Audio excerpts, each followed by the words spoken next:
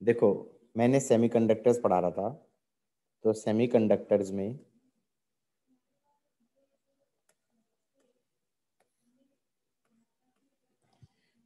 किसी को ये याद आ रही है, क्रिस्टल फील्ड थ्योरी नाम से चीज थी।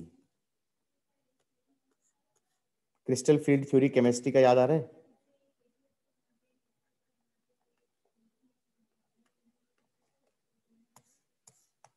किसी को याद है या नहीं है? सर जिसमें एनर्जी के लेवल्स थे, ईजी लेवल्स हो टी, जाते हाँ। थे, T2G, हाँ हाँ ईजी। हाँ। दो डी वाले ऊपर चले जाते, दो डी वाले ऊपर चले जाते थे, तीन नीचे आए थे, या फिर तीन ऊपर चले जाते थे, दो नीचे आए हाँ, थे। स्ट्रॉन्ग हाँ field, sir, weak field. Octahedral attack. हाँ, डिपेंडिंग ऑन की डायरेक्शन ऑफ, क्या बोलते हैं, जिससे अप्रोच कर रहा है हमारा लिगेंड। Yes sir. कुछ कुछ ऐसी कहानी थी, कुछ कुछ ऐसी कहानी थी, जैसे मेरे को याद आ रहा है। अब इस थ्योरी को याद रखते हुए ये सोचो कि सिलिकॉन का लैटिस बना था, सिलिकॉन का लैटिस बना था।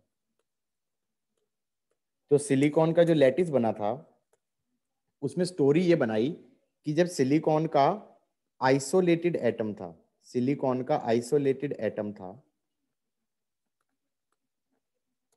उसका कॉन्फ़िगरेशन क्या होता है? 1s2, 2s2, 2p6, 3s2, 3p2, ये था ना? याद आया या नहीं आया? Yes sir. तो इसमें जो 3s वाले हैं वो दोनों फील्ड हैं, और जो 3p वाले हैं उनमें से दो स्टेट फील्ड हैं। अब याद करो, जो ये आइसोलेटेड एटम होता है, ये जो आइसोलेटेड एटम होता है, इसके बारे में ये पढ़ा था हमने कि जो ये 6 स्टेट्स हैं, 6 स्टेट्स हैं, उसमें से 4 अनफिल्ड हैं, उसमें से 4 अनफिल्ड हैं और 2 फील्ड हैं। ठीक है? ये 6 स्टेट सारी की सारी डी जनरेट होती है। डी जनरेट का मतलब क्या होता है? अरे डी जनरेट का कोई तो मतलब बता दो भाई। Equal in energy. Equal same, energies. Same energy की होती है, सेम एनर्जी की होती है। बिल्कुल सही कहा बच्ची ने। लेकिन ये तब तक है जब तक ये आइसोलेटेड है। अब होता यह है कि जब सिलिकॉन का लैटिस बनता है, तो बगल वाले सिलिकॉन इसको अप्रोच करते हैं, बगल वाले सिलिकॉन इसको अप्रोच करते हैं। और जब ये अप्रोच करते हैं तो ये डीजनरेट नहीं रहते। जो ये 3p वाली जो स्टेट्स थी, ये जो 3p वाली स्टेट्स थी, ये डीजनरेट नहीं रहती, इनकी एनर्जी में स्प्लिटिंग चालू हो जाता है। तो अगर हम इसमें एक अजीब सा डायग्राम बनाया होगा एनसीईआरटी में, वो डायग्राम बना रहा हूं मैं। ऐसे एक्सिस सी बना रखी होगी, एनसीईआरटी अगर खोलोगे तो ऐसे एक्सिस दिखेगी। एक्सिस भी बड़े ढंग से, अजीब ढंग से बनाई है, ऐसे और ऐसे। वाई एक्सिस पे एनर्जी है, वाई एक्सिस पे एनर्जी है, और इस एक्सिस पे सेपरेशन है। और ये सेपरेशन डिक्रीज कर रही है इस डायरेक्शन में, ये सेपरेशन डिक्रीज कर रही है इस डायरेक्शन में। अब उन्होंने यहां पर ऐसे बना दिया,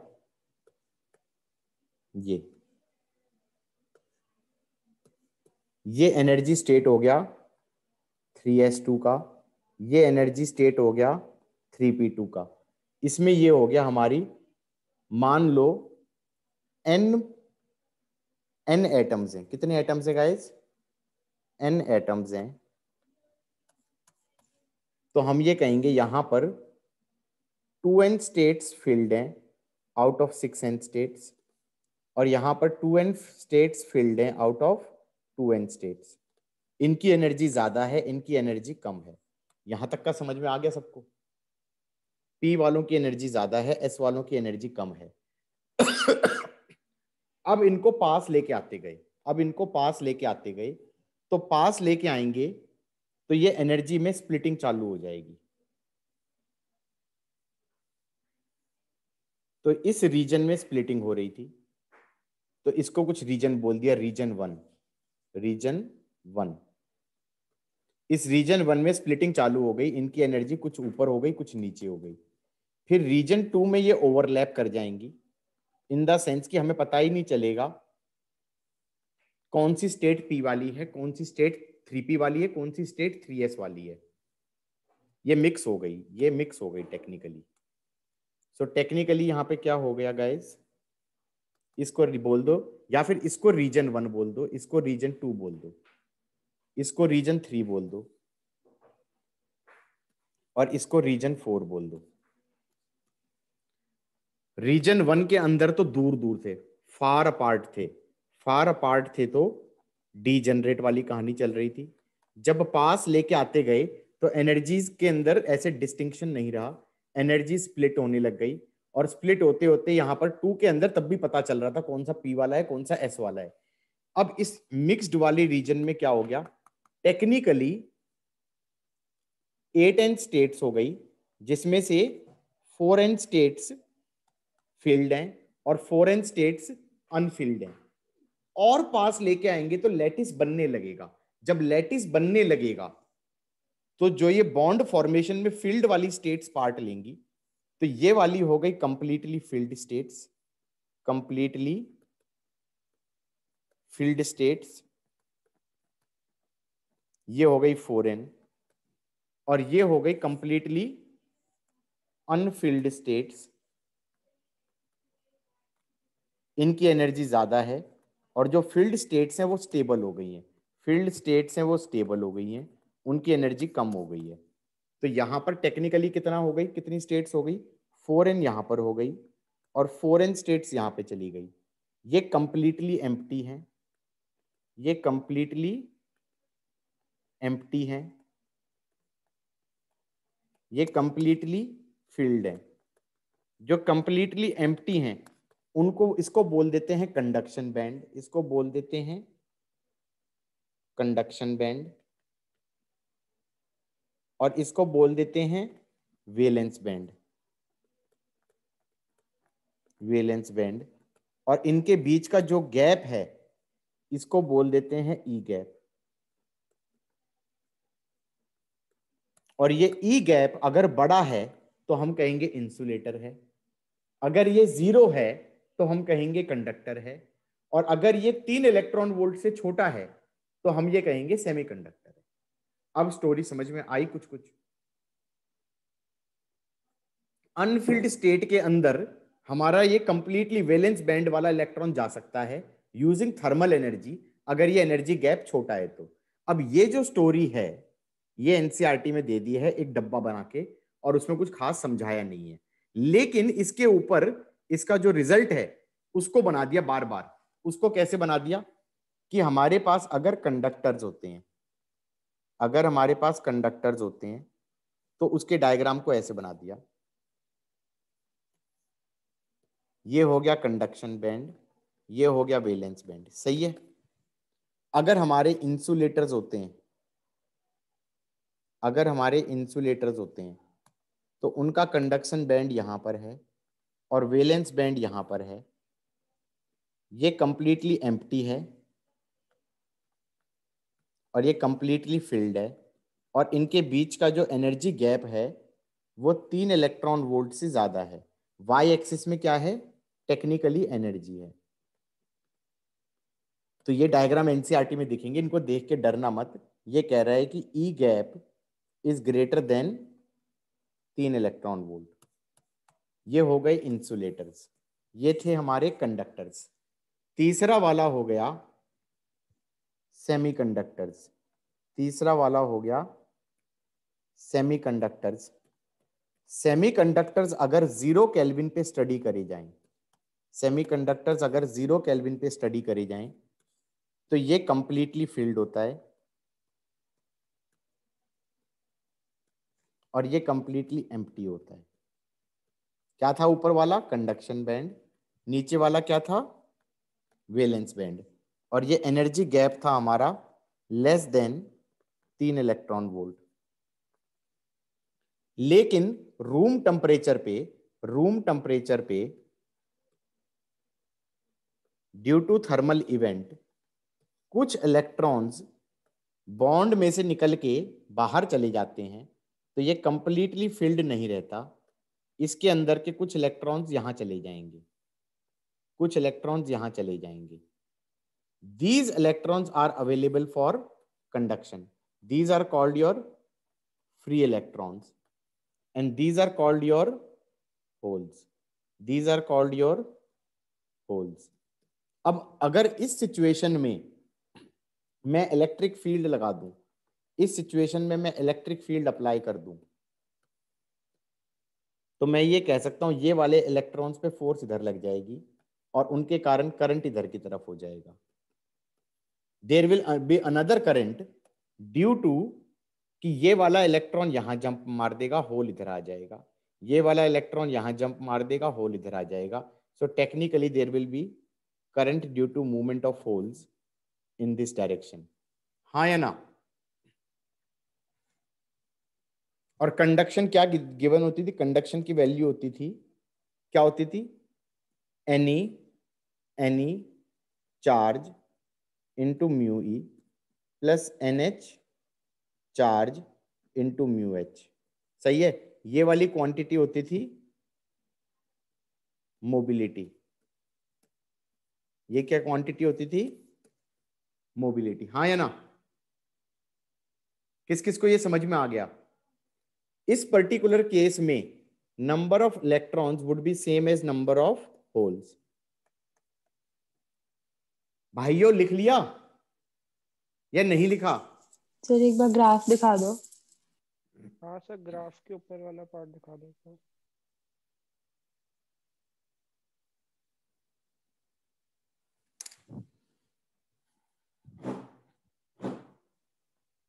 हो गया? एक सर अभी मिनट लिखना सर. है ये. क्या कह रहे हो? सर लिखना है अभी पूरा. पूरा लिखना है? सर ऊपर वाला पार्ट दिखा देना, नीचे वाला तो लिख दिया.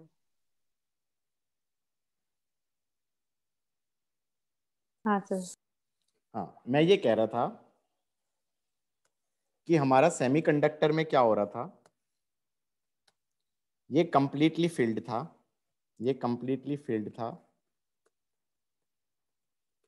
और ये कंप्लीटली एम्प्टी था. कुछ इलेक्ट्रॉन हमारे वैलेंस बैंड से कंडक्शन बैंड में चले गए थे, यहां पर होल बन गए थे.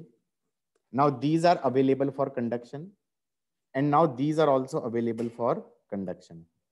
और ये एनर्जी गैप हमारा 3 इलेक्ट्रॉन वोल्ट से कम का होना चाहिए. ठीक है, 3 इलेक्ट्रॉन वोल्ट से कम होना चाहिए. अब मान लो पी टाइप सेमीकंडक्टर है, पी टाइप सेमीकंडक्टर है. पी टाइप सेमीकंडक्टर में क्या होता है? Positive type, positive type. इसमें ट्राईवेलेंट था, तो उसके अंदर एनर्जी बैंड थ्योरी क्या कहेगी? यहां पर एल्यूमिनियम है, यहां पर एल्यूमिनियम है, ये इलेक्ट्रॉन्स कंप्लीटली फिल्ड थे और यहां पर कुछ होल्स ऑलरेडी प्रेजेंट थे या नहीं थे? तो ये इलेक्ट्रॉन्स हमारे कंडक्शन के लिए चले गए, ये तो थर्मल इवेंट से चले गए. और कुछ ये भी कह सकते हैं कि भाई बहुत सारे इलेक्ट्रॉन्स यहां चले गए सपोज से, तो इसके अंदर बहुत सारे होल्स होंगे, मेजॉरिटी चार्ज कैरियर्स, और कुछ इलेक्ट्रॉन्स होंगे minority charge carriers available for conduction. और ये हमारा कुछ एनर्जी गैप होता था. ये आई थिंक पॉइंट कुछ कुछ दिया होगा एनसीईआरटी में, देख लेना कितना होता है यार, खोल के देख ही लेते हैं. एनसीईआरटी कहाँ है? 0.01 से 0.05 इलेक्ट्रॉन वोल्ट. सही है? ऐसे ही ये तो पी टाइप हो गया. एन टाइप सेमीकंडक्टर्स में क्या होता है? फॉस्फोरस होगा, पेंटावेलेंट. वो पेंटावेलेंट यहां पे होगा, ये फॉस्फोरस हो गया, ये एन टाइप सेमीकंडक्टर हो गया. इसके जो इलेक्ट्रॉन्स हैं वो भी अवेलेबल हो गए, एक्स्ट्रा इलेक्ट्रॉन्स. ये कंप्लीटली फिल्ड था. अब ये कह सकते हैं कि कुछ इलेक्ट्रॉन इधर चले गए. अब ये सारे के सारे अवेलेबल फॉर कंडक्शन है. क्योंकि इसके ये जो फॉस्फोरस वाले एक्स्ट्रा इलेक्ट्रॉन्स हैं, they can easily go to conduction band. They can easily go to conduction band because they are already at a much higher energy as compared to the valence band के electrons. Everybody got it or not? ये energy gap इसमें यहां पर छोटा है, इसमें यहां पे छोटा है, ये ध्यान रखना, स्लाइट डिस्टिंक्शन सा है, इसमें यहां पे छोटा है, इसमें यहां पे छोटा है, तो यहां से कंडक्शन पे जाना ज्यादा आसान था. Is that fine for everybody? Y axis में एनर्जी है, वाई एक्सिस में एनर्जी है, ये ध्यान रखना.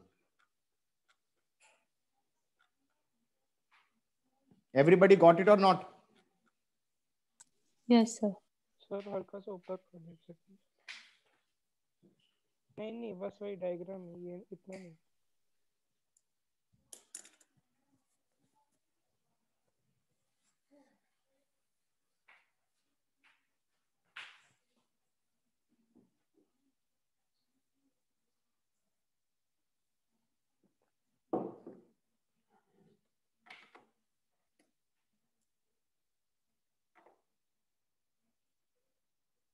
एवरीबॉडी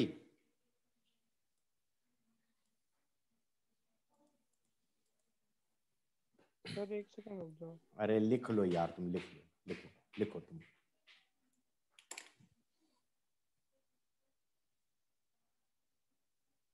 तो सर ये जो पी वाले फॉस्फोरस के इलेक्ट्रॉन्स है वो कंडक्शन बैंड में नहीं जाएंगे? आराम से चले जाएंगे ना फॉस्फोरस वाले कंडक्शन बैंड में, क्योंकि वो ऑलरेडी फॉस्फोरस. अच्छा, यार हाँ, ये तो समझाने की बातें हैं, असलियत में तो तुम्हें समझ में आना चाहिए कि जो पिछली बार डायग्राम बनाया था वो इंपॉर्टेंट था. क्या डायग्राम बनाया था मैंने ये कहा था कि भाई फॉस्फोरस कहीं कहीं सिलिकॉन के लेटिस में आ गया तो उसके पास एक एक्स्ट्रा इलेक्ट्रॉन है जो बॉन्ड फॉर्मेशन में पार्ट नहीं कर रहा. अब इलेक्ट्रिक फील्ड लगाऊंगा तो ये वाला इलेक्ट्रॉन तो बड़े आसानी से निकल जाएगा ना. उसको ऐसे रिप्रेजेंट कर रहा है कि ये यहां से कंडक्शन करने के लिए अभी इजीली अवेलेबल हो जाएगा, क्योंकि हल्का सा फोर्स लगाओगे तो ये छूट के भाग जाएगा. बोलो हाँ. अब उसको तुम ऐसे ऐसे डायग्राम बना के रिप्रेजेंट कर रहे हैं, दैट इज ऑल. हाँ या ना? हाँ सर ठीक है. बेसिक आइडिया को मत भूल जाना कि ये आइडिया था. ठीक है. एक डिफरेंट स्टाइल से बताऊं समझाने का, एक और तरीका बताता हूं. नेक्स्ट टॉपिक है पीएन जंक्शन. नेक्स्ट टॉपिक है पीएन जंक्शन. पीएन जंक्शन को डायोड भी बोलते हैं. ऐसे सोचो, पीएन जंक्शन को ऐसे बनाते हैं. गाइस इधर देखो, ये डायोड होता है, ये डायोड का सिंबल है, ये डायोड का सिंबल है. ओए अर्नव भल्ला, सुन रहे हो? Hello Arnav Bhalla, are you there? Sir सुन रहा हूँ सर. वो ऑन योर. एक मस्त तरीके से समझाऊं तुम लोगों को. एवरीबॉडी, मैं ज्यादा बकवास नहीं करना चाहता, रिजल्ट बताते हैं. ये जो डायोड होता है ये कैसे बिहेव करता है. तुम कहोगे डायोड होता है, क्या होता है, क्यों होता है, कैसे होता है? मैंने कहा आई डोंट केयर, जस्ट इसका रिजल्ट देखो. डायोड एक पर्टिकुलर डायरेक्शन में करंट को फ्लो करना अलाउ करता है. डायोड की प्रॉपर्टी क्या होती है कि ऐसे बैटरी लगा दी और या फिर ऐसे बैटरी लगा दी. डायोड की क्या प्रॉपर्टी होती है, सबने पढ़ा होगा.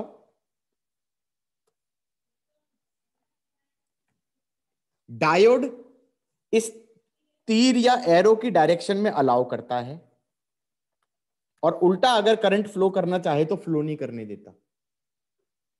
तो हम ये कह सकते हैं कि इस वाले केस में करंट फ्लो ऐसे करना चाह रहा है तो करने देगा. तो इस केस में this will behave like short circuit.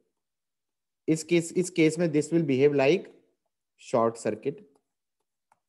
इस केस में करंट ऐसे फ्लो करना चाहेगा, बैटरी ऐसे लगाई है, लेकिन ये कहेगा ओए ये करंट कहां से आ रहा है, इधर से नहीं आ सकता करंट, इधर से मैं अलाउ ही नहीं करूंगा.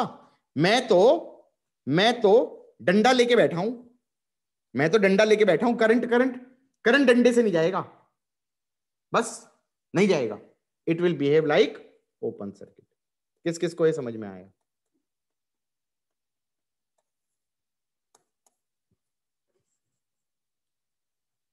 क्या हुआ एवरीबॉडी? आ गया सर। डायोड की प्रॉपर्टी क्या है? एरो की डायरेक्शन में करंट फ्लो करने देता है, एरो से उल्टी वाली डायरेक्शन में करंट आता है तो कहता है भैया मैं ना फ्लो करने दूंगा। तो यहां पर अगर एमीटर लगा दें तो यहां पर एमीटर की रीडिंग हो जाएगी V/R, और यहां पर अगर एमीटर लगा दें तो यहां पर एमीटर की रीडिंग हो जाएगी 0। बोलो हाँ। समझ में आया कि नहीं आया? Everybody got it? Arnav Bhalla समझ में आया है?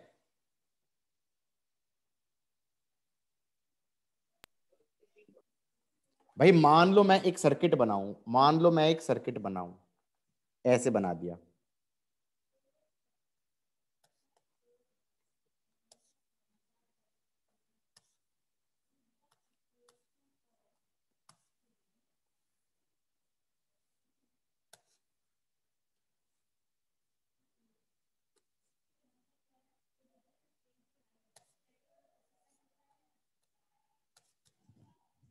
ये कह दें मान लो 15 वोल्ट है, ये सपोज 2 ओम है, ये सपोज 3 ओम है, ये सपोज 8 ओम है। What is the reading of ammeter? क्या मैं ये कह सकता हूं ये बैटरी कैसे करंट भेजना चाहेगी? पहले तो इसे कॉपी कर सकते हैं, सिलेक्ट कर सकते हैं, लासो इफेक्ट,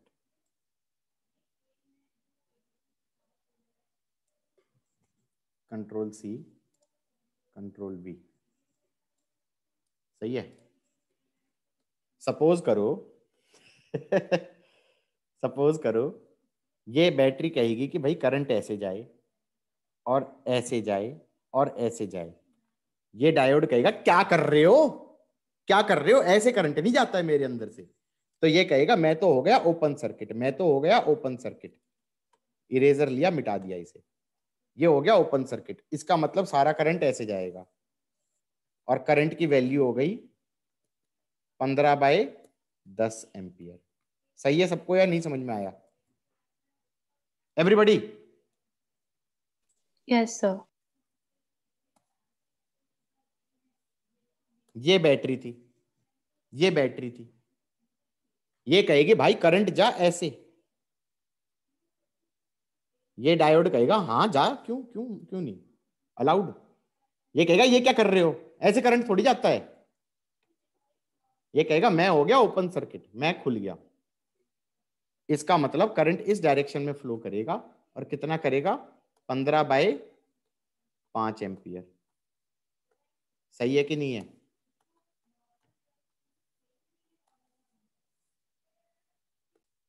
हाँ guys, so topic is PN junction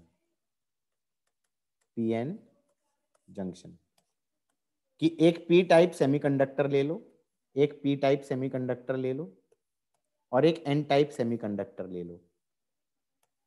ये P टाइप हो गया और ये N टाइप हो गया। इन दोनों को पास लेके आए और इनको लेके फ्यूज कर दिया। फ्यूज करने का मतलब क्या है? प्लीज क्या नहीं करना है कि P टाइप लेके आए N टाइप लेके आए, दोनों पे फेविकोल लाके चिपका मत देना, क्योंकि फेविकोल एक खुद में इंसुलेटर है। तो चिपकाया नहीं है, फ्यूज किया है। फ्यूज करने का मतलब ऐसे हो गया, इस P टाइप को हल्का सा गर्म किया, इसको मेल्ट कर दिया हल्का सा, इसको N टाइप को हल्का सा मेल्ट कर दिया, दोनों को लाके फ्यूज कर दिया। समझ में आई बात या नहीं आई? फ्यूज का मतलब समझ में आया सबको? बीच में कुछ और ना लगा के इनको मेल्ट करके चिपका दिया है। हाँ या ना? एवरीबॉडी गॉट इट और नॉट? Yes sir. फैब्रिकेशन की बात करी है मैंने। अब इसको पीएन जंक्शन बोलते हैं। पीएन जंक्शन में क्या होता है? पीएन जंक्शन में क्या होता है? ऐसे है, एक काम करते हैं नेक्स्ट पेज पे करते हैं। ऐसे है, ये P टाइप है, ये N टाइप है। P टाइप पॉजिटिव टाइप है, इसमें बहुत सारे होल्स होंगे या नहीं होंगे? किसी को समझ में नहीं आ रहा, सब भूल भाल गया। भाई P टाइप वो था जिसके अंदर ना लेटिस में कहीं कहीं ट्राइवेलेंट चीज आ गई थी। पॉजिटिव टाइप तो वो सिलिकॉन के साथ बॉन्ड बनाएगा, तो होल ऑलरेडी प्रेजेंट है। जितने पार्ट्स पर मिलियन में, यहां पर मान लो एक लेयर में 1 मिलियन एटम्स हैं और उसके अंदर 7 पार्ट्स एल्यूमिनियम है, तो पार्ट्स पर मिलियन तो 7 पार्ट्स पर मिलियन सिलिकॉन, तो यहां पर सिलिकॉन के 1 मिलियन एटम्स में 7 एल्यूमिनियम के भी हैं, तो 7 होल तो जरूर है। बात समझ में आई या नहीं आई? तो इधर की तरफ क्या हो जाएंगे, बहुत सारे होल्स हो जाएंगे। Majority charge carriers P type में क्या होंगे, होल्स होंगे। बेटा होल्स होने का मतलब ये नहीं है कि ये इलेक्ट्रिकली पॉजिटिवली चार्ज्ड है, ये इलेक्ट्रिकली न्यूट्रल है। बोलो हाँ। बॉन्ड में इलेक्ट्रॉन की कमी है, लेकिन जितने प्रोटॉन है उतने इलेक्ट्रॉन्स भी तो हैं, तो ये इलेक्ट्रिकली न्यूट्रल है। Just because it is P type semiconductor does not imply that it is positively charged. किस किस को ये बात समझ में आई है? It is electrically neutral. Shivansh बोलते जाओ यार, नहीं समझ में आ रहा है, नहीं आ रहा है, नहीं आ रहा है तो बोल दो कि नहीं क्या आया। समझ? कि इलेक्ट्रिकली न्यूट्रल क्यों है? क्योंकि इसमें कोई पॉजिटिव चार्ज थोड़ी है। यहां पर एन टाइप में बहुत सारे इलेक्ट्रॉन्स हैं। ये क्यों है? लैटिस के अंदर कहीं कहीं फॉस्फोरस था, जहां जहां फॉस्फोरस था वहां वहां 4 इलेक्ट्रॉन तो उसने यूज कर लिए बॉन्ड बनाने में, और 1 इलेक्ट्रॉन एक्स्ट्रा पड़ा हुआ है। ये इजीली निकल सकता है यहां से। तो यहां पर बहुत सारे इलेक्ट्रॉन्स बैठे हैं एन टाइप सेमीकंडक्टर में। गाइस गॉट इट और नॉट? यस सर, यहाँ पे नेगेटिव चार्ज है। नहीं तो ये इलेक्ट्रिकली न्यूट्रल है। भाई तुम ये बताओ, फॉस्फोरस में जितने प्रोटॉन है उतने इलेक्ट्रॉन भी तो हैं। अरे हाँ हाँ ठीक तो है। ये थोड़ी है कि वो नेगेटिवली चार्ज्ड है। ये बहुत इंपॉर्टेंट है, पता है? ऐसे ऐसे क्वेश्चन बनते हैं ऑब्जेक्टिव में। P type semiconductor is positively charged, P type semiconductor is negatively charged, P type semiconductor is neutral, P type semiconductor depends on the potential applied. ऐसा ऑप्शन बना दिया। अब तुम क्या ऑप्शन मार्क करके आओगे? इलेक्ट्रिकली न्यूट्रल मार्क करके आओगे, नहीं करके आओगे? Yes sir.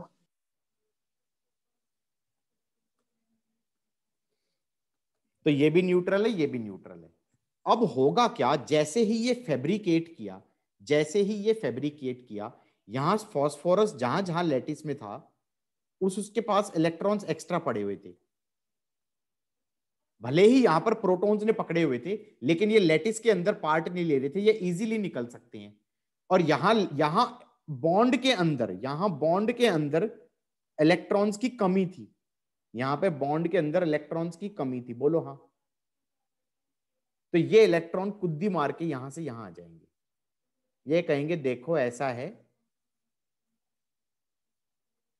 हम फॉस्फोरस को छोड़ के चले गए, एल्यूमिनियम के बॉन्ड के लैटिस में चले गए, और लैटिस में जाके बॉन्ड के अंदर जाके बैठ गए, और हमने होल को फिल कर दिया। This process is called diffusion. Diffusion happens due to क्या बोलते हैं, different concentration. It happens due to different concentration of majority charge carriers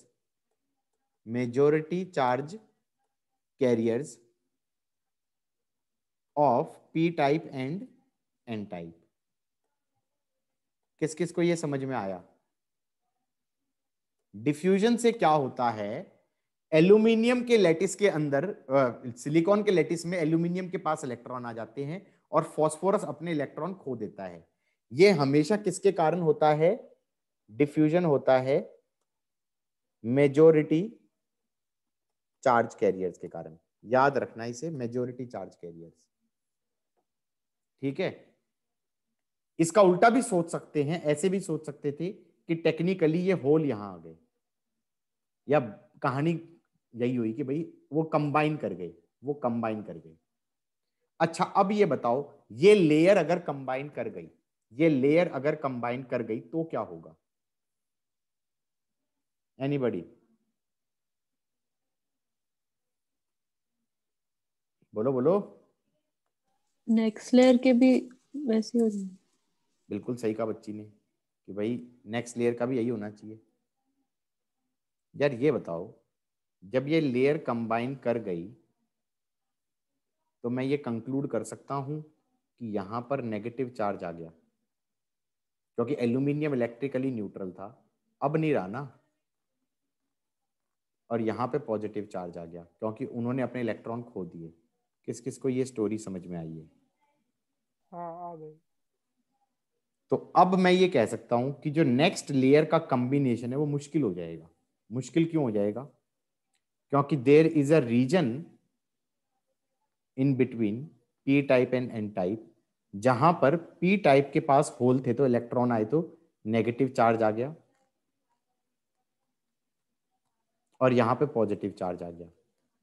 और क्या मैं कह सकता हूं इस लेयर के अंदर there are no free electrons and no free holes?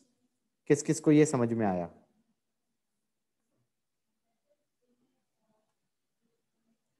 हाँ, क्योंकि यहां पर जो इलेक्ट्रॉन थे उन्होंने तो इन होल्स के अंदर चले गए ना। किस किस को समझ में आ रहा है गाइस? कंबाइन कर गए। तो इस लेयर के अंदर there are no free electrons and no free holes.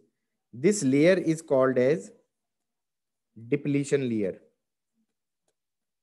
Depletion layer. समझ में आई बात?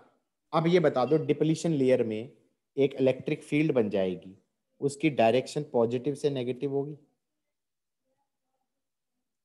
ये इलेक्ट्रिक फील्ड जो बन जाएगी ये डिफ्यूजन को सपोर्ट करेगी या अपोज करेगी? मैंने कहा यहां पर एन टाइप है, यहां पर इलेक्ट्रॉन था, ये इलेक्ट्रॉन अगली लेयर वाला, जो किसी बच्चे ने कहा भी था कि सर अगली लेयर का क्या होगा? अपोज करेगी। अपोज करेगी, क्योंकि अपोज करेगी। ये इधर आएगा तो इस पे फोर्स इधर की तरफ लग जाएगा। या ये होल है which is behaving like a positive charge, ये गलती से इधर आएगा तो इस पे फोर्स इधर लग जाएगा, तो ये आने नहीं देगा ना। और अगर ये तब भी कंबाइन हो गई, तो अगर दो लेयर कंबाइन हो गई तो चार्ज की वैल्यू भी बढ़ गई और इलेक्ट्रिक फील्ड की वैल्यू भी बढ़ जाएगी। क्यों? क्योंकि अब मैं ये कहूंगा ये दो लेयर्स कंबाइन हो चुकी हैं। पहले तो 7 टाइम्स नेगेटिव और 7 टाइम्स पॉजिटिव था, अब 8 times negative and 8 times positive charge आ जाएगा। बोलो हाँ। गाइस गॉट इट और नॉट? अरे हाँ ना में जवाब दे दोगे यारो? हाँ सर। समझे कि अब दूसरी लेयर भी कंबाइन हो गई तो तीसरे वाली को और ज्यादा दिक्कत आएगी कंबाइन होने के लिए। बात समझ में आई है नहीं आई है एवरीबॉडी? 3 कंबाइन होगी तो चौथे को और बड़ी दिक्कत आएगी। Everybody you are understanding this point? अच्छा by the way, diffusion current की डायरेक्शन क्या थी? एनीबॉडी? डिफ्यूजन करंट की डायरेक्शन होल राइट में जा रहे हैं, तो करंट ड्यू टू होल इधर की तरफ है, और इलेक्ट्रॉन्स लेफ्ट में जा रहे हैं तो करंट ड्यू टू इलेक्ट्रॉन भी इधर की तरफ है। तो this is basically called your diffusion current.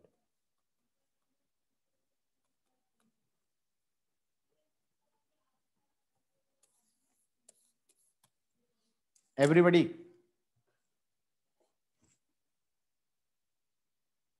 किस किस को समझ में आ गया है गाइस? Yes sir. सर नीचे कर दो।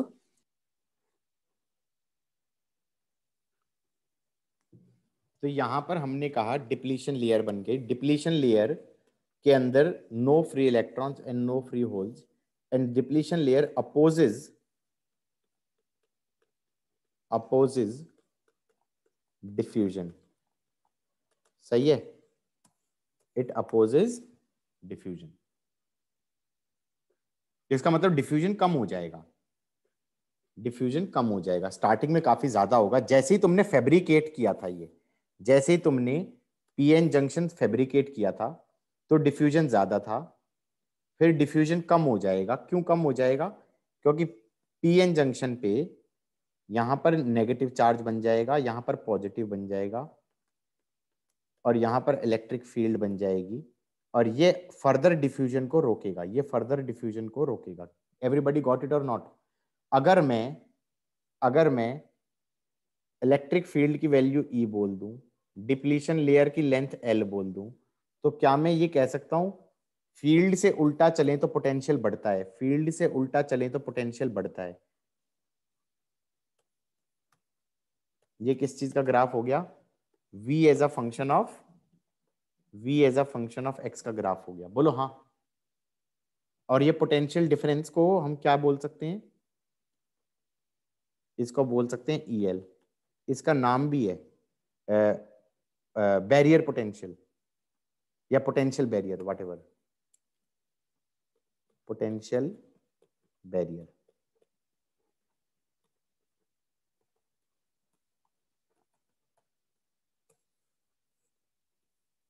Everybody got it? लिख लो तो बता देना।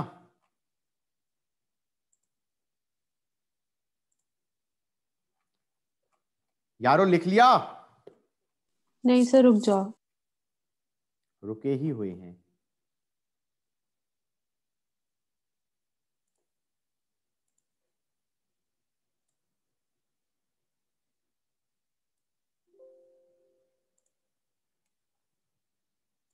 ये एनसीईआरटी का ग्राफ है। इसको देख के पल्ले पड़ रहा है कि ये ग्राफ में क्या बताना चाहे है। ये ग्राफ समझ में आया किस चीज का ग्राफ है? ये V as a function of x का ग्राफ है। अरे ये ऐसे वाला ग्राफ नहीं होता, प्लेटो में क्वेश्चन करते थे, याद आ रहा हो तो? एनीबॉडी रिमेंबर्स दिस प्लेट वाले क्वेश्चंस? Yes sir. ये उसका ग्राफ है, लेकिन यहाँ पे तो ऐसे बना दिया मस्ती में, पता भी नहीं चल रहा वो है। पता चल रहा है? इलेक्ट्रिक फील्ड दिखाई इसने, ऐसी मस्ती में चल रहा है। ये ले लो -q, ये ले लो 5q, ये ले लो सपोज 3q। ठीक है? नहीं 3q मत लो, इसे 2q ले लो। 7 - 1, 7 5 6 7 7 - 1 कितना हो गया? 6q हो गया। 6q 3q इधर आ गया। ये -4q हो गया, ये 4q हो गया, ये फिर q हो गया, और ये फिर -q हो गया। फील्ड इधर की तरफ, फील्ड पॉजिटिव से नेगेटिव, फील्ड पॉजिटिव से नेगेटिव, फील्ड पॉजिटिव से इन्फिनिटी, हाँ या ना? और ये फील्ड हो गया 3q by A epsilon not, ये हो गया 4q by A epsilon not, ये हो गया q by A epsilon not, ये हो गया 3q by A epsilon naught. उसके बाद electric field as a function of x, ये हो जाएगा, और ये डायरेक्शन पॉजिटिव और ये डायरेक्शन नेगेटिव, तो ये हो जाएगा -4, फिर ये हो जाएगा +1, फिर ये हो जाएगा +3 और ये हो जाएगा -3, -4 +1 +3। ये तो हो गया E as a function of x। उसके बाद हमने कहा V as a function of x कैसा होगा? V as a function of x होगा, इस वाले का पोटेंशियल को ले लिया V1, ये V1 ले लिया, V1 को 0 मान लिया, तो फील्ड से उल्टा चलूंगा तो पोटेंशियल बढ़ेगा। स्लोप क्या हो जाएगा? 4q by A epsilon not. फिर चलूंगा तो पोटेंशियल गिरेगा, धीरे गिरेगा क्योंकि q by A epsilon naught है। फिर 3q by A epsilon naught, तेज गिरेगा। यहां पर गिरेगा, ऐसे जाऊंगा तो गिरेगा, लेकिन इतनी जितनी तेज ये बढ़ रहा था उतनी तेज नहीं गिरेगा, उससे कम तेज गिरेगा, क्योंकि ये 3 है। किस किस को ये समझ में आया है? ये हो गया V as a function of x। बढ़िया लगा लो मित्रों? रिकैप हुआ कुछ कुछ इलेक्ट्रोस्टैट? हाँ सर। हाँ भाई, लिख लिया बैरियर पोटेंशियल?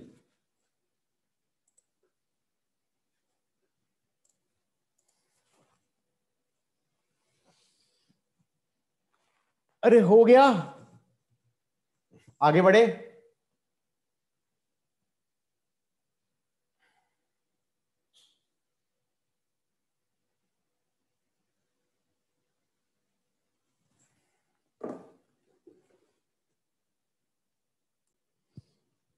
तो हमने ये कहा दो प्रोसेस होते हैं, पहला होता है डिफ्यूजन।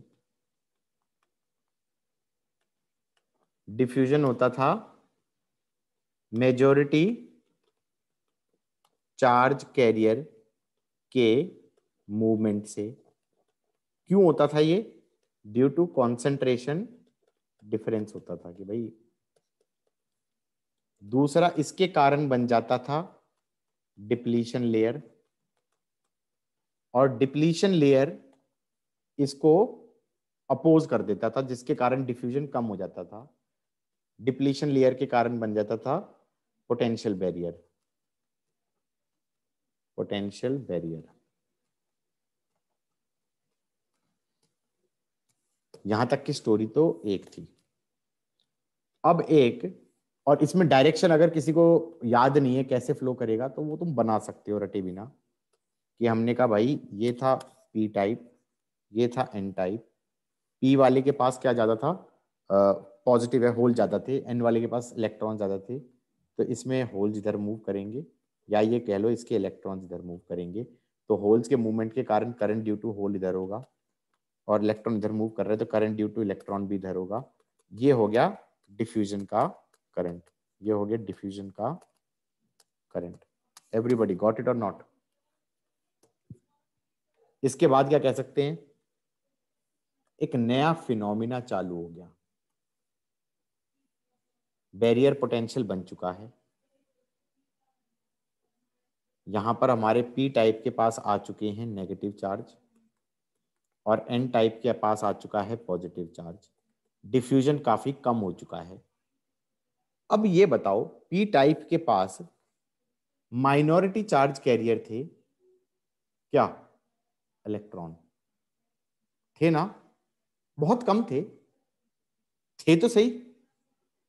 और ये जो माइनॉरिटी चार्ज कैरियर इलेक्ट्रॉन थे, ये रैंडम मूवमेंट कर रहे थे। ये क्या कर रहे थे? रैंडम मूवमेंट कर रहे थे अंदर। और ये रैंडम मूवमेंट करते करते गलती से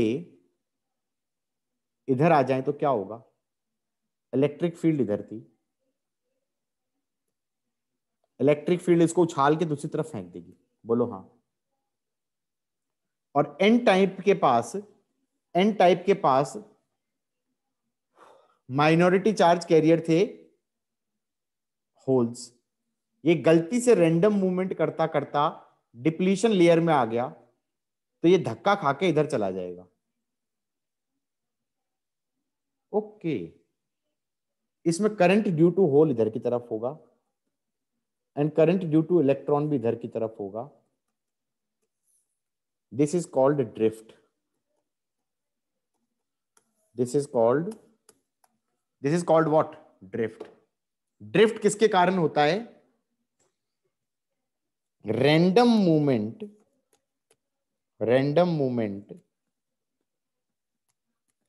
of minority charge carrier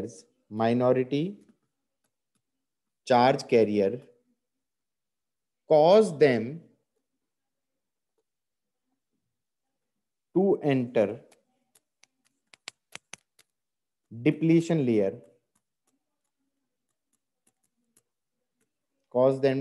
depletion layer, where they are thrown on the other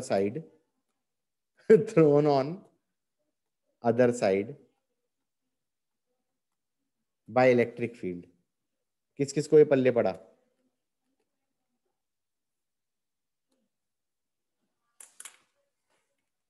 drift बहुत कम होता है, ड्रिफ्ट बहुत छोटा होता है। माइनॉरिटी चार्ज कैरियर गलती से कितने पहुंचेंगे? बहुत कम पहुंचेंगे ना। नंदिनी बेटा बात समझ में आ रही है नहीं आ रही है? ज्यादा थोड़े ही पहुंच जाएंगे। माइनॉरिटी चार्ज कैरियर थे, गलती से तुक्के से डिप्लीशन लेयर में चले गए, तो ये ज्यादा थोड़ी होंगे, ये तो गिने चुने होंगे। मैंने कहा इसलिए ड्रिफ्ट बहुत कम होती है। लेकिन डिफ्यूजन बहुत ज्यादा होती है। क्यों? डिफ्यूजन था मेजॉरिटी चार्ज कैरियर्स के कारण। लेकिन डिफ्यूजन शुरू में ज्यादा होती है, जब डिप्लीशन लेयर बन गई थी तब तो कम हो गई थी। समझ में आई बात या नहीं आई? शुरुआत में डिफ्यूजन बहुत बड़ी थी, फिर कम होते होते होते कम हो गई काफी, because of depletion layer. Depletion layer के कारण हमारी डिफ्यूजन कम हो गई, और अब क्या हो गया, ड्रिफ्ट चालू हो गई। तो अब क्या हो जाएगा, स्टेडी स्टेट में ड्रिफ्ट और डिफ्यूजन बराबर होते हैं। समझ में आई बात या नहीं आई एवरीबॉडी? या बेटा से सुनेंगे भाई, तुम्हें समझ में आया नहीं आया? सर ऑनेस्टली थोड़ा कम ही समझ आया है। अरे यार, अरे यार, हाय राम, हाय राम। शुक्र यार मैं केमिस्ट्री नहीं पढ़ाता। सर ये थोड़ी ना था केमिस्ट्री में। अरे पॉइंट वाज कि इतनी थ्योरी कौन पढ़ाएगा? हमें मेरी जान ही चली गई थ्योरी समझाते समझाते, ऐसा लग रहा है स्टोरी से पढ़ा बता रहा हूं मैं। बेटा ये होता है, ये होता है, फलाना होता है, फलाना होता है।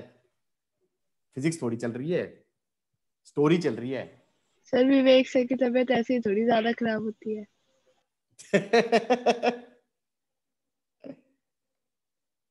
या ट्रू भाई, केमिस्ट्री ही पढ़ानी पड़ेगी, अब फिजिक्स थोड़ी मिल जाएगी, है कि नहीं है? गाइस क्या बता रहा था, समझ में आया है या नहीं आया है? थोड़ा सा फिर समझाऊं क्या? यार हम ये कह रहे थे, सुनो मेरी बात, शुरुआत में डिफ्यूजन ज्यादा था, शुरुआत में डिफ्यूजन ज्यादा था। क्यों ज्यादा था? जैसे ही तुमने पीएन जंक्शन फैब्रिकेट किया तो बहुत सारे होल्स, बहुत सारे होल्स, बहुत सारे इलेक्ट्रॉन्स, बहुत सारे इलेक्ट्रॉन्स, बहुत सारे इलेक्ट्रॉन्स एन टाइप में डोप्ड, हाईली डोप्ड बैठे हैं। ये पीएन जंक्शन हमने दो डोप्ड सेमीकंडक्टर्स को ज्वाइन कर दिया। ये डिफ्यूजन अभी बहुत ज्यादा होगा, क्योंकि हो सकता है 2-3 लेयर्स कंबाइन कर जाएं, हाँ या ना? मैं तो दूर दूर बना रहा हूं, पास पास होती हैं। एटम्स की लेयर्स का साइज कितना होता है? बहुत कम नहीं होता है। तो हमने कहा भाई हो सकता है कई लेयर ज्वाइन कर जाएं, पता चला जी ये इतनी लेयर्स कंबाइन कर गई, तो बहुत सारा लार्ज डिफ्यूजन होगा, लार्ज डिफ्यूजन होगा। लेकिन अब उस लार्ज डिफ्यूजन के कारण डिप्लीशन लेयर बन जाएगी, जो कहेगी भैया डिफ्यूजन तू क्या कर रहा है, अब ना होने देंगे, अब ना होने देंगे, क्योंकि यहां पर हम ले लेंगे नेगेटिव चार्ज और यहां पे हो जाएगा पॉजिटिव चार्ज। अब तुम इलेक्ट्रॉन और ऐसे बन जाएगी इलेक्ट्रिक फील्ड। अब ये फर्दर इलेक्ट्रॉन्स को हम आने नहीं देंगे। समझ में आई बात या नहीं आई? ये इलेक्ट्रॉन गलती से कुद्दी मार के यहां आएगा तो धक्का खा के वापस चला जाएगा। यहां का होल अगर गलती से यहां आएगा तो धक्का खा के इधर आ जाएगा। बोलो हाँ।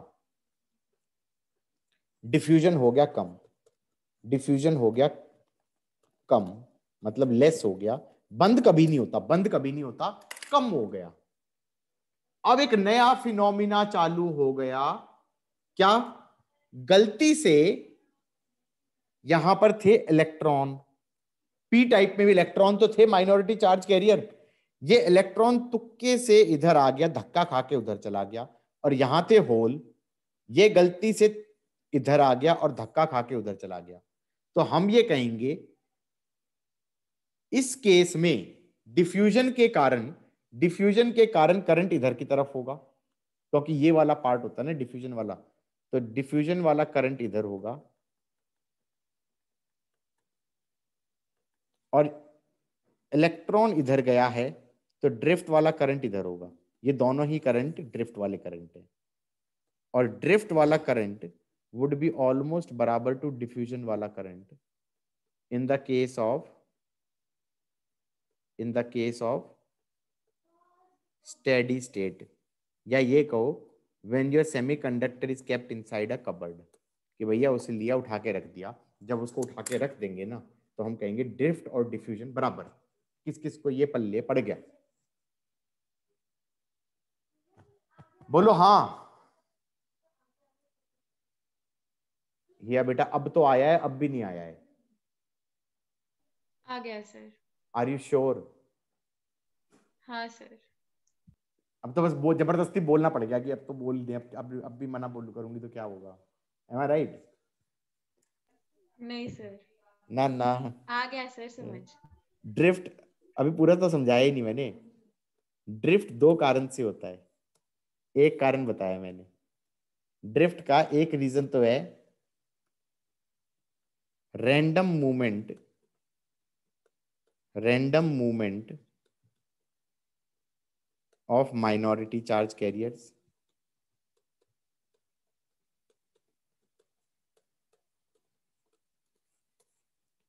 एक और कारण भी है बेटा, ये बता दो यार, यहां पर डिप्लीशन लेयर में लैटिस था या नहीं था? अभी भी मिलियंस ऑफ सिलिकॉन एटम्स तो अभी भी हैं, हाँ या ना?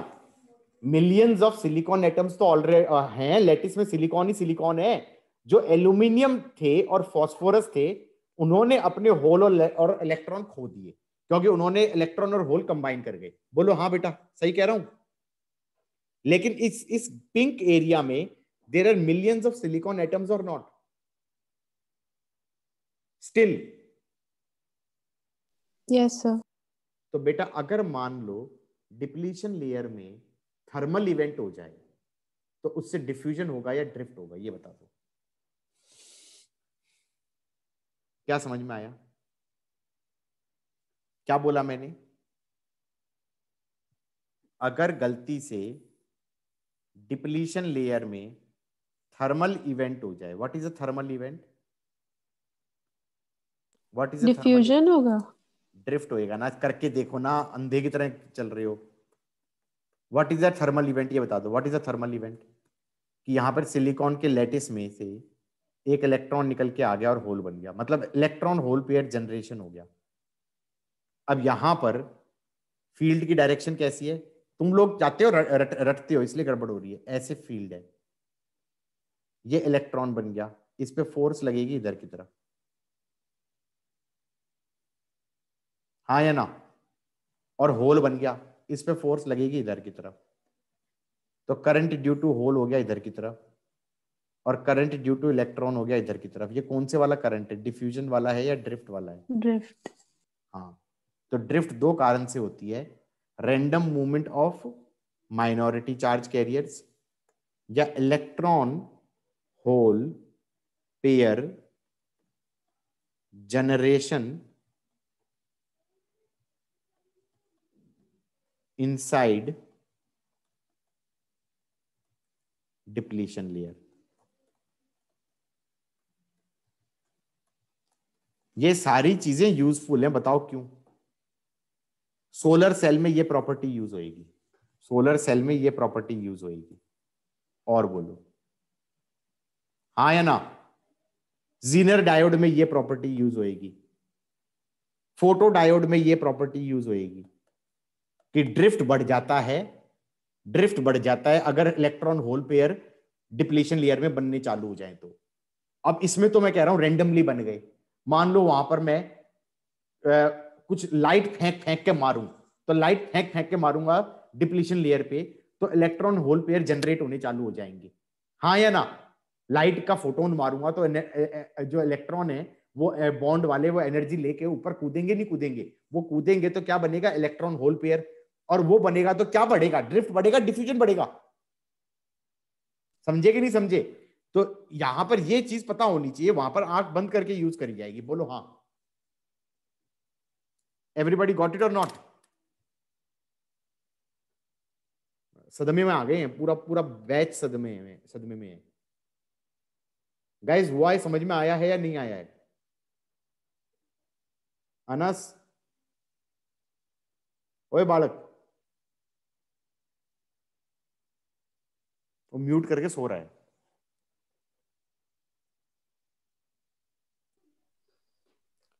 मैंने ये कहा पीएन जंक्शन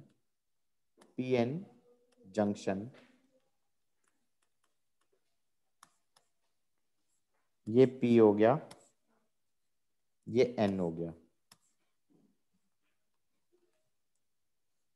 इसका एक टर्मिनल ये हो गया, एक टर्मिनल ये हो गया। ये P वाले को ऐसे डिनोट करते हैं और N वाले को ऐसे डिनोट करते हैं। ये P टाइप सेमीकंडक्टर होता है, ये N टाइप होता है। अब ठीक है, ये होता है PN junction. This is also called as diode. Diode means two terminals, diode means two terminals. जैसे तुम्हारा ट्रांजिस्टर होता है, ट्रांजिस्टर के अंदर, ट्रांजिस्टर को ट्रायोड भी बोल देते हैं क्योंकि उसके अंदर 3 टर्मिनल होते हैं। ट्रांजिस्टर में कितने टर्मिनल होते हैं? 3 टर्मिनल होते हैं। डायोड में 2 टर्मिनल होते हैं। अब पीएन जंक्शन को डायोड को 2 तरीके से पोटेंशियल डिफरेंस लगाया जा सकता है। एक कहलाता है फॉरवर्ड बायस।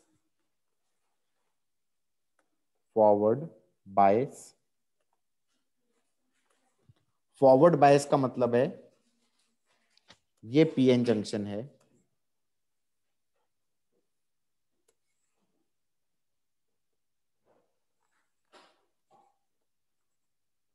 और बैटरी ऐसे लगा दी।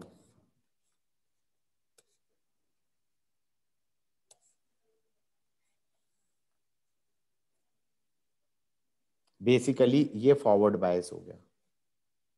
थोड़ी देर पहले मैंने रटवाया था कि फॉरवर्ड बायस में ये कंडक्टिंग होता है। M I right guys? Forward bias में ये कंडक्टिंग होता है, हाँ या ना? क्यों? बहुत आसानी से मैं समझाने का प्रयास करता हूं। Let us give it a go.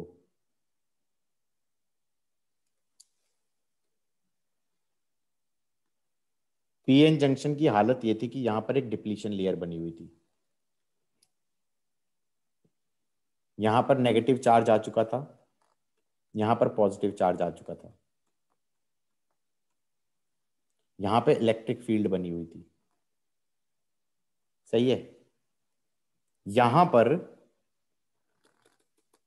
Barrier potential का ग्राफ ऐसा था, बिना बिना बैटरी लगाए ऐसा था।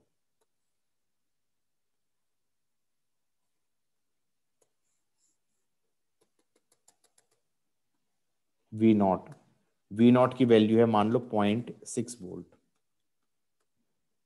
अब जो तुमने बैटरी लगाई है, ये बैटरी क्या कर रही है? ये बैटरी इस पोटेंशियल को कम कर रही है या नहीं कर रही है? क्योंकि ये बैटरी का पॉजिटिव टर्मिनल यहाँ है, नेगेटिव यहाँ है। ये पॉजिटिव है, ये नेगेटिव है, मतलब ये पॉजिटिव है, ये नेगेटिव है। इसका मतलब इलेक्ट्रिक फील्ड ऐसे बन रही है, बोलो हाँ। ये इलेक्ट्रिक फील्ड जो बन रही है इस बैटरी के कारण, ये इसके अंदर वाली फील्ड को काट रही है ना। तो क्या मैं कह रहा हूं कि ये जो बाहर से पोटेंशियल लगाया उसके कारण पोटेंशियल बैरियर कम होता जाएगा। ये ऐसे हो जाएगा वी नॉट माइनस वी। तो जब v की value greater than V naught हो जाएगी तो डिप्लीशन लेयर फिनिश हो जाएगी। Am I right guys? जब v की वैल्यू 0.6 वोल्ट से ज्यादा हो जाएगी तो डिप्लीशन लेयर खत्म हो जाएगी, और डिप्लीशन लेयर खत्म हो जाएगी तो करंट कम बढ़ेगा या ज्यादा बढ़ेगा, ये बताओ। क्योंकि कौन सा चीज बढ़ेगी? ड्रिफ्ट बढ़ेगा या डिफ्यूजन बढ़ेगा? डिफ्यूजन बढ़ेगा, और डिफ्यूजन ज्यादा होता है। क्यों? मेजॉरिटी चार्ज कैरियर्स के कारण होता है। किस किस को ये चीज समझ में आई है? डिफ्यूजन ज्यादा होता है, क्यों? क्योंकि मेजॉरिटी चार्ज कैरियर्स के कारण होता है, बोलो हाँ। और दूसरी चीज, ये प्रीवियस ईयर में क्वेश्चन आया है, ये लगा दिया 10 वोल्ट और ये बोल दिया 5 ओम, और यहां पर एमीटर लगा दिया। मेंस का क्वेश्चन है, एमीटर की रीडिंग कितनी है? ये रीडिंग पूछी है, कितनी है? करंट की आइडियल रीडिंग तो हो जाएगी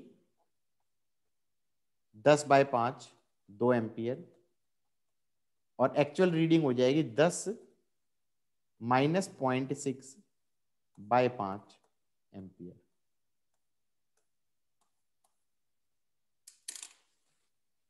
किस किस को ये समझ में आया है? ओ भाई, पहले बैरियर पोटेंशियल को तो ओवरकम करेगा नहीं करेगा? नहीं समझे? हेलो, आ गया ना समझ में? ये क्वेश्चन प्रीवियस ईयर मेंस का क्वेश्चन है। 99% जनता 2 एम्पियर लिख के आई है इस क्वेश्चन में। समझ में आई बात? 2 एम्पियर आंसर नहीं था, हाँ या ना?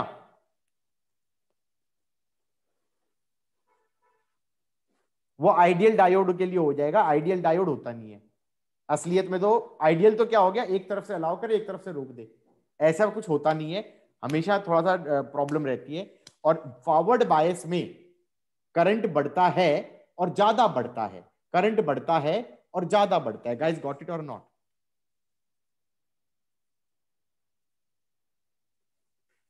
तो रुक जाओ, फॉरवर्ड बायस में क्यों ज्यादा बढ़ता है? क्योंकि करंट बढ़ता है डिफ्यूजन के कारण। फॉरवर्ड बायस में डिप्लीशन लेयर खत्म हो जाती है और करंट जो होगा वो किसके कारण होगा?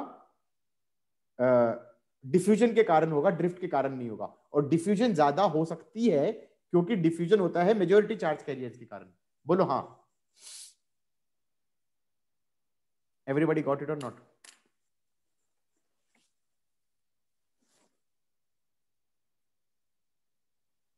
गाइस लिख लो तो बता देना। बाद में फॉरवर्ड बाइसिंग के अंदर स्मॉल वोल्टेज पे भी ज्यादा करंट आने लग जाता है ना फिर। बस बस, हाँ हाँ इसी थ्योरी लिखी थी। हाँ, थोड़ा सा आगे बढ़ाने पे इसका अब मैं अभी ग्राफ कराने वाला था, अभी नीचे मैं नीचे करूंगा तो करने देंगे तो बताऊंगा। एक ग्राफ होता है, कैरेक्टरिस्टिक ग्राफ बोल देते हैं इसे, of forward bias. Y axis में करंट ले लो और एक्स एक्सिस में पोटेंशियल ले लो। ये ग्राफ ऐसा होता है, रफली 0.6 वोल्ट तक तो कुछ हुआ ही नहीं। और नॉन लीनियर ग्राफ होता है, ये ऐसे होता है, ऐसा। तो यहां पर हो गया 0.6 से 0.7, 0.7 से हो गया से 0.8, 0.8 से हो गया से 0.9, और वाई इसमें करंट बढ़ता जा रहा है। ये हो गया सपोज से 10 मिली एम्पियर, ये हो गया सपोज से 30 मिली एम्पियर, ये हो गया सपोज से 60 मिली एम्पियर। अब वो डायनेमिक रेजिस्टेंस पूछ लेते हैं फॉरवर्ड बायस की, तो इसमें पीस वाइज लीनियर मान के कर देना, पीस वाइज लीनियर मान लेना। डायनेमिक रेजिस्टेंस कितनी हो गई फॉरवर्ड बायस की? इसमें डायनेमिक रेजिस्टेंस होगी फॉरवर्ड बायस की 0.1 डिवाइडेड बाय 10 इंटू 10 की पावर -3, ये हो गया हमारा 10 ओम। यहां से यहां के बीच में डायनेमिक रेजिस्टेंस कितनी हो गई? 0.1 बाय 20 इंटू 10 की पावर 3, तो ये आ गया हमारा, अरे delta we by delta R, delta आई कर रहा हूं ना, डेल्टा वी बाय डेल्टा आई। कितना आ गया? ओए कितना आ गया? 10/2 5 ओम आ गया। ये कितना आ गया डायनेमिक रेजिस्टेंस? ये हो जाएगा 30.1 बाय 30 इंटू 10 की पावर -3, ये हो गया 10/3 ओम। और तुम्हें फील आ रही होगी जैसे जैसे ऊपर जाते जा रहे हैं रेजिस्टेंस कम होता जा रहा है। आइडियल केस में क्या होना चाहिए? 0। आइडियल केस में क्या होना चाहिए? 0, इन द सेंस कि ऐसे है, ऐसे है, वो ये कह रहे हैं ग्राफ ऐसा गया, ऐसे हो गया, हाँ या ना? तो यहां पर your resistance dynamic will be tending to 0। किस किस को ये समझ में आया?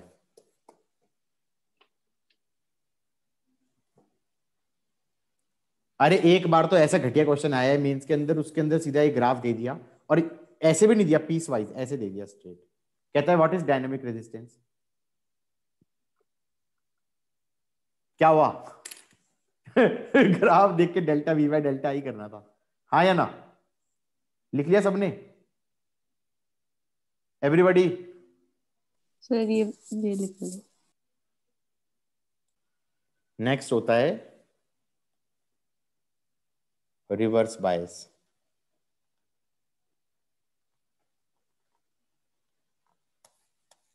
रिवर्स बायस में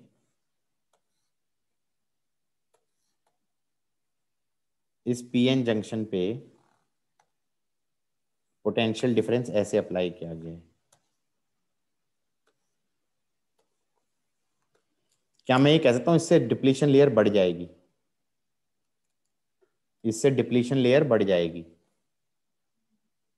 एवरीबॉडी? भाई हमारे पास यहां पर थे नेगेटिव चार्ज, यहां पे था पॉजिटिव चार्ज, और इलेक्ट्रिक फील्ड था इस प्रकार। अब तुमने यहां पे क्या किया है, इसको पॉजिटिव ले लिया है, इसको नेगेटिव लिया है, तो यहां पर पॉजिटिव हो गया, यहां पर नेगेटिव हो गया, इलेक्ट्रिक फील्ड ऐसे आ गई। बोलो हाँ, इसको बोल दो ये इंटरनल थी और ये इलेक्ट्रिक फील्ड एक्सटर्नल है, हाँ या ना? तो मैं कह सकता हूं कि डिप्लीशन लेयर तो और बड़ी नहीं हो गई, क्योंकि यहां पर दोनों फील्ड ऐड नहीं हो गई। कॉमन वाला एरिया में क्या हो रहा है, कॉमन एरिया में दोनों इलेक्ट्रिक फील्ड ऐड हो रही है, यहां पर ई इंटरनल प्लस ई एक्सटर्नल हो रहा है। पिछले वाले में क्या हो रहा था, सब्ट्रैक्ट हो रही थी। तो यहां पर हमारा जो पोटेंशियल बैरियर वाला ग्राफ था पहले, वो ग्राफ इस प्रकार का था, दिस वाज वी नॉट। अब हो जाएगा V naught plus V, V naught plus V. किस किस को ये समझ में आया है? तो इसका मतलब डिफ्यूजन तो बढ़ेगा नहीं, डिफ्यूजन तो बिल्कुल ही खत्म हो जाएगा, ड्रिफ्ट बढ़ेगा, ड्रिफ्ट बढ़ेगा। और ड्रिफ्ट अब अच्छा बढ़ना चाहिए इन द सेंस, क्योंकि पहले तो रैंडम मूवमेंट हो रहा था, अब रैंडम मूवमेंट नहीं है। वो रैंडम मूवमेंट क्यों नहीं है?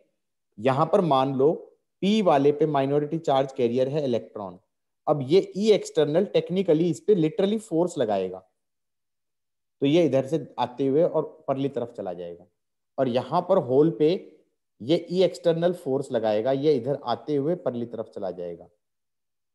लेकिन क्या मैं ये कह सकता हूं, even if all minority charge carriers move, even if all minority charge carriers move,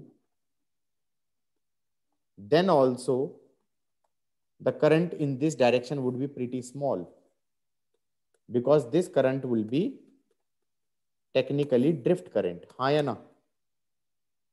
electron इधर जा रहा है तो करंट ड्रिफ्ट वाला इधर हो गया, होल इधर जा रहा है तो करंट ड्रिफ्ट वाला इधर हो गया, हाँ या ना? तो ड्रिफ्ट करंट ज्यादा नहीं होगा।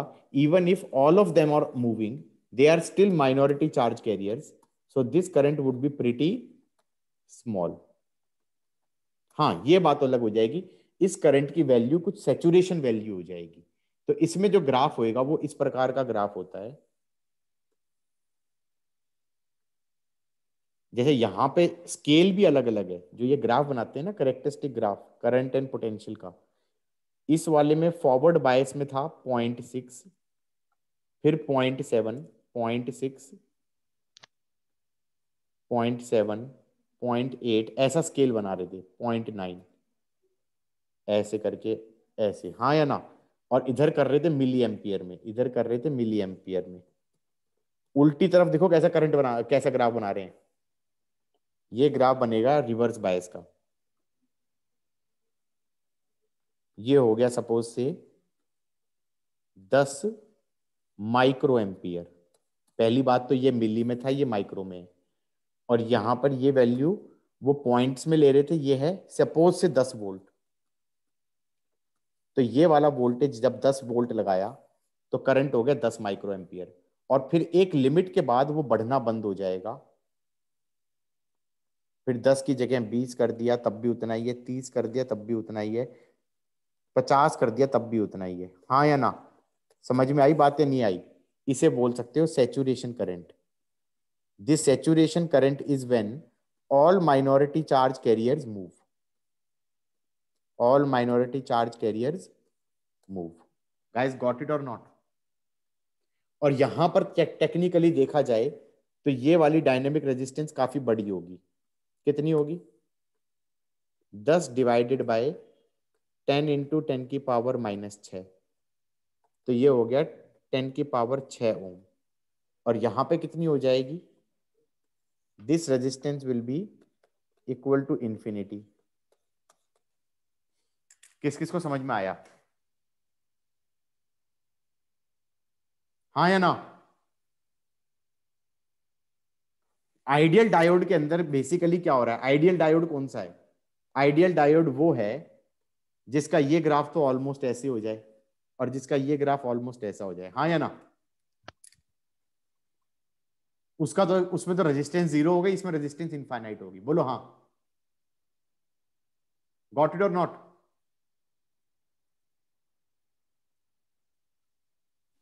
Yes sir. कोई कुछ नहीं सुन रहा, सब सो रहे हैं। सबको अच्छे से समझ में आया है या नहीं आया है? एवरीबॉडी?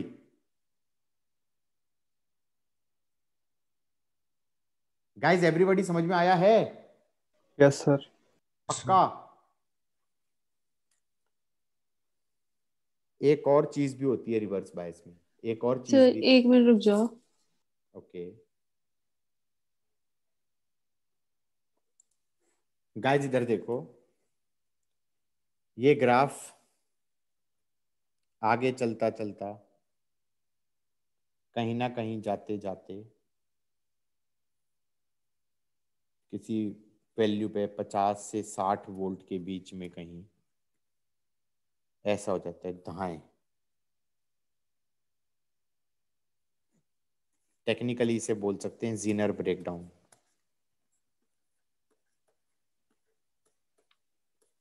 क्या बोल सकते हैं?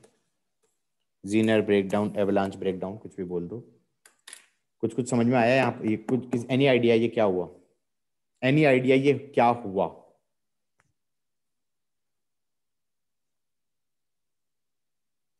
ये क्या हुआ ग्राफ के साथ? ये डायोड खराब हो गया। पता है खराब क्यों हो गया? ये बताओ रिवर्स बायस में हो क्या रहा था? Anybody, what was happening in reverse bias? इस रीजन में दोनों इलेक्ट्रिक फील्ड ऐड हो रही थी। इस रीजन में दोनों इलेक्ट्रिक फील्ड ऐड हो रही थी। बोलो हाँ, इंटरनल और एक्सटर्नल। जैसे जैसे जैसे जैसे तुम ये वाला पोटेंशियल बढ़ाते जा रहे हो, तुम जैसे जैसे V बढ़ाते जा रहे हो, कैनाई से तुम E एक्सटर्नल भी बढ़ाते जा रहे हो। इस डिप्लीशन लेयर में दोनों इलेक्ट्रिक फील्ड ऐड हो रही हैं। मान लो वो दोनों इलेक्ट्रिक फील्ड्स का सम 10⁶ वोल्ट पर मीटर के आसपास हो गया। This electric field is enough to cause electrons to jump out of silicon bond. क्या क्या समझ में आया बात? हो सकता है ना, इतना ज्यादा इलेक्ट्रिक फील्ड हो गई, डिप्लीशन लेयर में ही होएगा। क्यों? क्योंकि बाकी जगह तो ई एक्सटर्नल होगा, डिप्लीशन लेयर में दोनों ऐड हो रही हैं। ई एक्सटर्नल और ई इंटरनल दोनों एक दूसरे को सपोर्ट कर रही हैं। तो डिप्लीशन लेयर में सिलिकॉन का जो लैटिस था उसके अंदर से इलेक्ट्रॉन निकल के बाहर आ गए। तो क्या चीज होनी चालू हो गई? ये बता दो क्या चीज होनी चालू हो गई?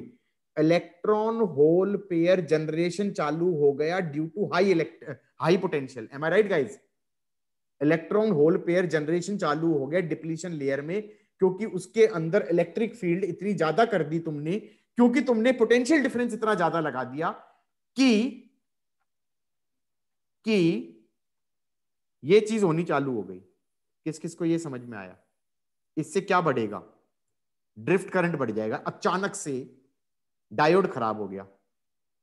हाँ या ना? किसी को ये समझ में आया है या नहीं आया है? एकदम से करंट बढ़ गया, ये ब्रेक डाउन वोल्टेज हो गई। बेसिकली ये कह दो ये ब्रेक डाउन वोल्टेज हो गई।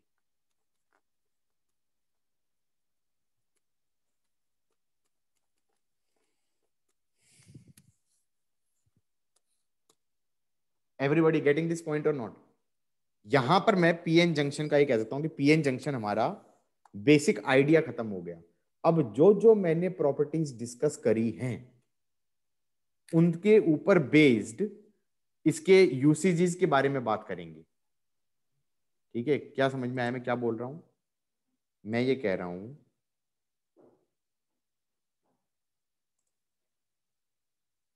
जैसे हम इस पे गए, एनसीईआरटी शेयर कर रखी है मैंने, एनसीईआरटी शेयर कर ली है।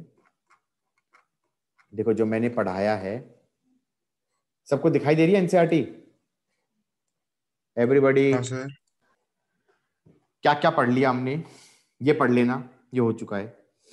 On the basis of energy band, जो डायग्राम था मैंने जो क्लास में डायग्राम बनाया वो वही डायग्राम इसने यहाँ पे बनाने का प्रयास किया है। देखो ऐसे किया है, ये रीजन 1 हो गया, रीजन ए। जब 6n स्टेट्स और 2n स्टेट्स इजीली डिफाइंड थी, हाँ या ना?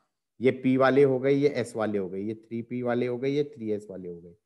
फिर एक रीजन था जहां पर ये ऐसा हो गया कि इनमें क्या बोलते हैं, स्प्लिटिंग चालू हो गई। उसके बाद एक रीजन हो गया जब मिक्स हो गए, और फिर और पास ये अज्यूम्ड स्पेसिंग है, ये स्पेसिंग तो लेफ्ट एक्सिस में जा रहे हैं तो स्पेसिंग कम करते जा रहे हैं, और उसके अंदर फिर क्या हो गया, ये कंप्लीटली एम्प्टी वाले स्टेट्स हो गई और ये कंप्लीटली फिल्ड स्टेट्स हो गई, और दोनों के बीच का जो एनर्जी गैप है वो ये हो गया। गाइस गॉट इट और नॉट?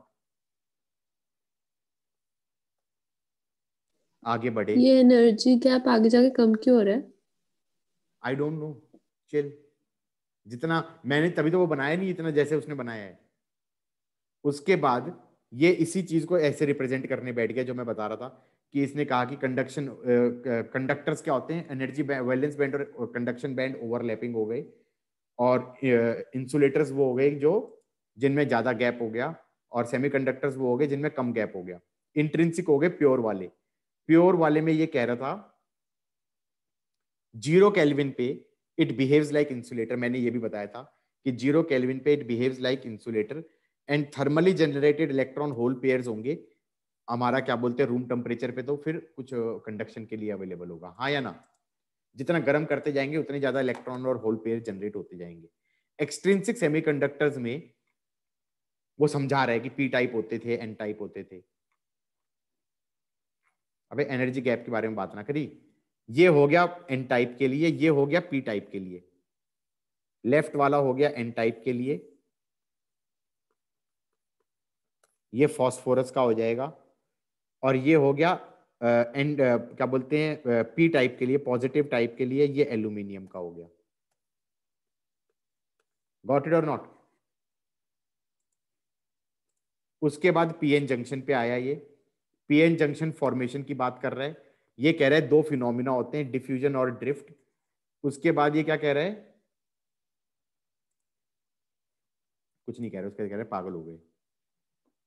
डिप्लीशन लेयर बन गई, बैरियर पोटेंशियल बन गया, बैरियर पोटेंशियल बन गया, अंडर नो बायस, जब कोई बायस नहीं डाला हुआ था तो तब ये ग्राफ ऐसे बना दिया। ओके, उसके बाद डायोड के बारे में, फॉरवर्ड बायस में कह रहा है, फॉरवर्ड बायस में हमारा पहले V नॉट था, और V नॉट अब ये V नॉट माइनस वी हो जाएगा, ये V नॉट माइनस वी हो जाएगा, हाँ या ना? ये बोल दिया इसने। और रिवर्स बायस के अंदर, रिवर्स बायस में ये V नॉट था, उसमें V नॉट प्लस वी हो जाएगा, उसमें V नॉट प्लस वी हो जाएगा। सही है? Yes sir. और ग्राफ बनाने बैठा था तो ऐसा मत बनाना जैसे इसने बनाया, हम कुछ ऐसा बनाएंगे, ठीक है? और ये ऐसे बनाया तो एक सैचुरेशन आ गई और फिर जीनर ब्रेकडाउन हो गया। इसका कुछ तो लिखा है, क्या लिखा है, we delta R D R, ये क्या चीज है? ब्रेकडाउन वोल्टेज को इसने डी आर क्यों लिख दिया? डी आर क्यों लिखा? बी आर होना चाहिए, ब्रेकडाउन होना चाहिए। बी आर तो नहीं लिखा है वो, है? बी आर ही तो लिखा है। अच्छा ब्रेकडाउन, हाँ ठीक है, बी आर ही है। मुझे लगा डी आर क्यों लिख दिया, डेल्टा आर दिखाई दे रहा था छोटे में, ठीक है? और ये कह रहा है, देखो ग्राफ वाला क्वेश्चन आ गया कि ग्राफ वाला क्वेश्चन से इसको देख के डायनेमिक रेजिस्टेंस निकाल दो, ठीक है भाई? अब इसके यूजेस हो जाएंगे। अगला टॉपिक है कि पीएन जंक्शन के यूजेस क्या हैं। एक हो गया रेक्टिफायर, एक हो गया रेक्टिफायर, एसी से डीसी बनाना, एसी से डीसी बनाना। हर अब कोई सोचे यार रेक्टिफायर का तो बहुत बड़ा यूज है, तुम कोई भी बैटरी को चार्ज करते हो तो एसी से चार्ज थोड़ी करते हो, डीसी से करते हो। Every mobile phone charger has got a rectifier, your laptop charger is a rectifier. Everything that charges a battery is actually generating DC out of AC. घर पे AC आता है, उसको पहले DC में कन्वर्ट करते हैं और फिर चार्जिंग ऑफ सेल करते हैं। समझ में आ रहा है? तो रेक्टिफायर तो हमारे घर में इतने पड़े हैं घर पे, तुम सोच भी नहीं सकते कितने रेक्टिफायर पड़े हैं। किस किस को ये समझ में आया है? रेक्टिफायर के बाद है जीनर डायोड। जीनर डायोड जो रिवर्स बायस में ब्रेकडाउन रीजन है उसमें काम करता है। जीनर डायोड रिवर्स बायस में जो ब्रेक डाउन वोल्टेज है उसमें काम करता है, उसके बारे में बात करेंगे हम। उसके बाद जंक्शन डायोड, इसमें जो ये बीच में जंक्शन है इस पे लाइट फेंक के मार दो, जो जंक्शन है उस पे लाइट फेंक के मार दो, उससे ड्रिफ्ट बढ़ जाएगा, उसकी बात करेंगे हम। Light emitting diode, forward bias के अंदर, फॉरवर्ड बायस के अंदर सुनो सुनो, फॉरवर्ड बायस के अंदर जो डिफ्यूजन होता है, डिफ्यूजन में फास्फोरस के इलेक्ट्रॉन्स एल्यूमिनियम के बॉन्ड के अंदर होल्स को जाके सेटिस्फाई करते हैं। जब वो सेटिस्फाई करते हैं तो वो एनर्जी लूज करते हैं, और वो एनर्जी अगर विजिबल में है तो वो विजिबल एनर्जी एमिट हो जाएगी, तो लाइट एमिट होनी चालू हो जाएगी। तो फॉरवर्ड बायस में जब करंट फ्लो कर रहा होगा तो जो इलेक्ट्रॉन्स फास्फोरस के एल्यूमिनियम में कूदते जाएंगे उसके कारण एनर्जी रिलीज होगी और वो लाइट के फॉर्म में बाहर चली जाएगी। That is LEDs, that is LEDs. Then solar cell, solar cell में भी क्या किया, लाइट मार दी डिप्लीशन लेयर पे, उससे ड्रिफ्ट बढ़ जाएगा, और उसके बाद आ जाएगा ट्रांजिस्टर। बात समझ में आ रही है? तो आज करना है या अगली बार करें, क्योंकि ये टॉपिक ऐसा है जिसमें थ्योरी बहुत ज्यादा है, थक बहुत जल्दी जाते हैं।